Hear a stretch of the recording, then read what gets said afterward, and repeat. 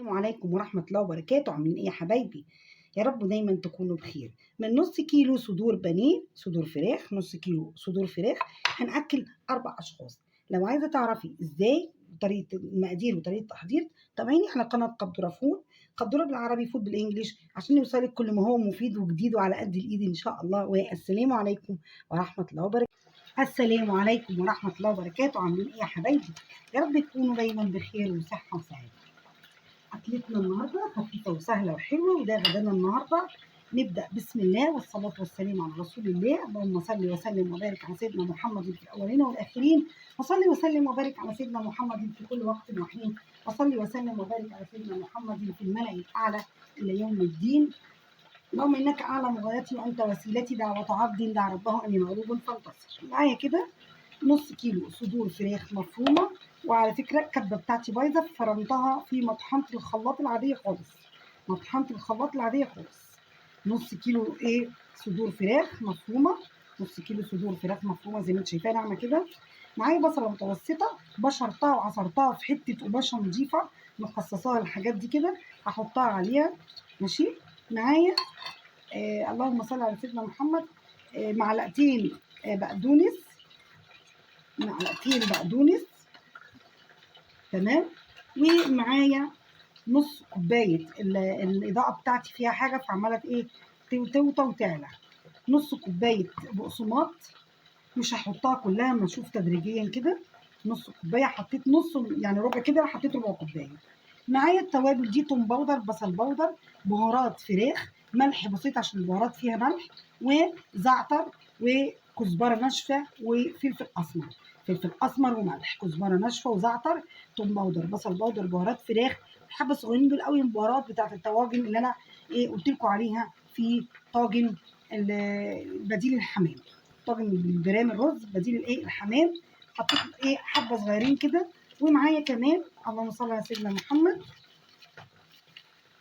بصي قد ايه حبه صغيرين خالص بيكنج باودر. تمام كده. ومعايا برضو معلقه نشا صغيره عشان بتدي طراوه وقرمشه للكفته، وكمان ذره سكر. هنعيد المقادير دلوقتي كلها مع بعض. اهو النشا معلقه دي صغننه يا جماعه، بصوا معلقه صغيره قد ايه، يعني مش كبيره. ومعايا كمان بصي شويه سكر قد ايه، دي بتدي لون وقرمشه، كل الحاجات دي بتدي لون وقرمشه للكفته بتاعتنا. ومعانا دلوقتي كفته الفراخ بس بقى كفته بانيه. انا عملت معاكم كفته فراخ مشويه في القناه، هنعملها النهارده كفته بانيه يعني تتقلي في الزيت. هقول تاني نص كيلو فراخ، صدور فراخ مفرومه، وقبل ما افرمها غسلتها كويس جدا. انتوا عارفين طبعا بنقع بنقع بملح وسكر وليمون وطحينه ودقيق. ملح سكر ليمون، ملح وسكر ليمون وطحينه ودقيق، وشطفتها كويس قوي، قطعتها صغير عشان اساعد الكبه، و عصرتها في حته كويس جدا جدا وحطيتها في الكبه وفرمتها زي ما انت شايفه ناعم كده. معايا بصله متوسطه برده مبشوره وعصرتها في حته وخدت ميتها كده على جنب. ماشي. هقول لك هعمل ده ايه. ومعايا معلقتين بقدونس، ومعايا كزبره ناشفه، ملح وفلفل، توم باودر، بصل باودر، بهارات فراخ، و اللهم صل على سيدنا محمد، وربع معلقه بيكنج باودر، وربع معلقه سكر، ومعلقه نشا صغننه، وشويه بهارات صغيرين قوي اللي انا مستخدماهم في فيديو طاجن بديل الحمام. هبتدي اعجن قوي كده. عايزه تحطيها انت في الكبه تاني حطيها، بس انا مش هحطها، هي خلاص كده هي بقت ناعمه جدا جدا اهو كده. توم باودر، بصل باودر، زعتر، كزبره ناشفه، ملح وفلفل اسمر، بهارات فراخ، والبهارات المشكله اللي انا عاملاها للطواجن اللي قلت لك عليها.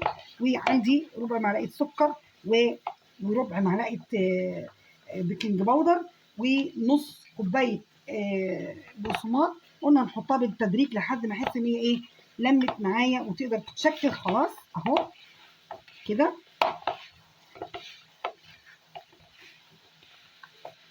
اهو كده كده شايفه.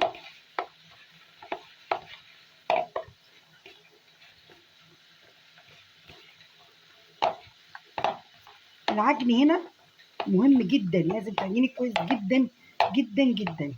انت لو عايزه تحطيها تاني في الكبه حطيها، لكن انا بحبها بتطلع حتت احسن بكتير من ان انا ان انا احطها تاني ايه في الكبه. ورجعت لكم حبايبي عشان نشكل مع بعض الكفته اهو. هنا بقى ممكن انت تحطي الكفته دي تعمليها، انا عاملاها ساده، انت ممكن تعمليها تحشيها جبنه موتزاريلا، جبنه شيدر، ان شاء الله جبنه فيتا، ريكفورد، اي اللي انت عايزاه. انا عاملاها ساده. بعمل ايه؟ الميه بتاعه البصل حطيت فيها نفس البهارات اللي في الكفته، وببل ايدي كده واسبحها بسم الله ما شاء الله متماسكه وجميله اهو كده. ماشي اهو كده زي ما انت شايفه.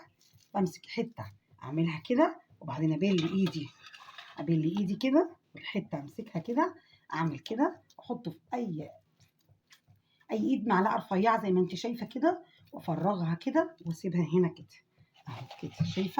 شايفه المنظر اهو. ايديا هبلها واقوم حاطه فيها كفتايه، اعملها كده وكده اهو كده، واحطها هنا كده اهو. شكلتها كده، هقوم بله ايدي كده واقوم عامله كده اهو كده،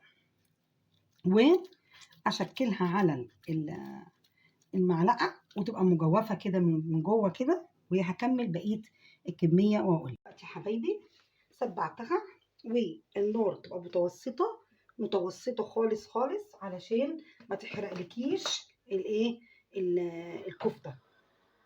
عايزه اقول لك ان انا ما استخدمتش النص كوبايه بقسماط كلها، لا، فاض معلقه كبيره منها. انا لحد ما لقيتها عجينه بتتشكل كويس جدا اهو كده. دلوقتي هي دي مجوفه من جوه. هبل ايدي برده في الميه ميه بصل بالراحه كده، واتك عليها بالراحه، واحط الزيت لازم يكون بسم الله الرحمن الرحيم، يكون متوسط اهو كده. عايزه اقول لك ان ميه البصل دي بتوديها في حته تانية خالص.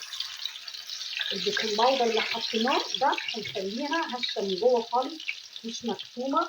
ميه البصل هتوديها لك في حته جميله قوي قوي، يعني هتخلي طعمها حلو، يعني هتوديها في حته جميله، يعني هتخلي طعمها حلو جدا.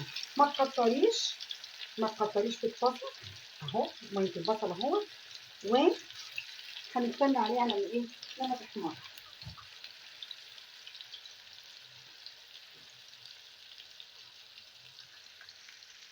بصوا يا حبايبي بقى لونها ولا محتاجه بيض ولا دقيق ولا بقسماط تاني، ولا احنا اديناها كل المقومات اللي هي عايزاها. شايفه لونها، شايفه جمالها، شايفه الجمال. شايفين يا حبايبي؟ بصوا اللون رائع. شايفه اللون؟ سلمى روعه. ميزه ايه بقى الكفته دي؟ ان انت من صدرين هتاكلي 4 اشخاص. الكفته دي عملت زي ما انت شايفه 16 قطعه، وبعدين قطعه حلوه، يعني قطعه حلوه مش صغيره ولا كده. 16 قطعه يعني هتاكلي 4 اشخاص. لو انت اديتي كل شخص 4 قطع على رز بقى، على طبق رز بقى، طبق مكرونه، الدنيا هتمشي في الغلا والكوى اللي احنا فيه دوت. بطاطس محمره جنبها، اللي انت عايزاه. بحطها كده في ميه البصل. وزي ما قلت لك كمان فيها ميزه قوي الكفته دي بقى، ايه هي؟ كل ما بتقعد وتبرد كل ما بتبقى اجمل واجمل.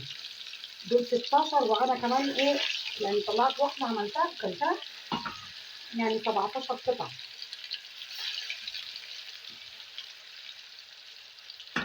شايف الجمال؟ بصي اهو. هخلص الكميه بقى واجيب. ورجعت لكم حبايبي لما خلصت الكميه. عايزه اقول لك طلعيها ذهبي شويه علشان هي من ميزتها ان هي اما بتخلصيها بتغمق. طبعا عملت لكم شويه حركات وتكات بالزيتون اللي احنا عاملينه مع بعض. الزيتون رائع يا جماعه، رائع. كل اللي كل الزيتون بيقول لي حاجه حلوه انا بحب اسمعها قوي. بقالي 2 سنين ونص ما سمعتهاش، رحمه الله على زوجي. تسلم ايدي. كل اللي بيدوق الزيتون اخضر او الزيتون اسود، الاخضر رائع، الاسود رائعين. فانا بقى عملت لك شويه تكات وحركات كده بالزيتون وبالفلفل الاحمر اللي في الزيتون، بالالف هنا وشفا على اللي ياكل. لو عجبك الفيديو ما تنسينيش في اللايك والشير علشان يوصلك كل ما هو جديد ومفيد مع قدورة فود. والسلام عليكم ورحمة الله وبركاته.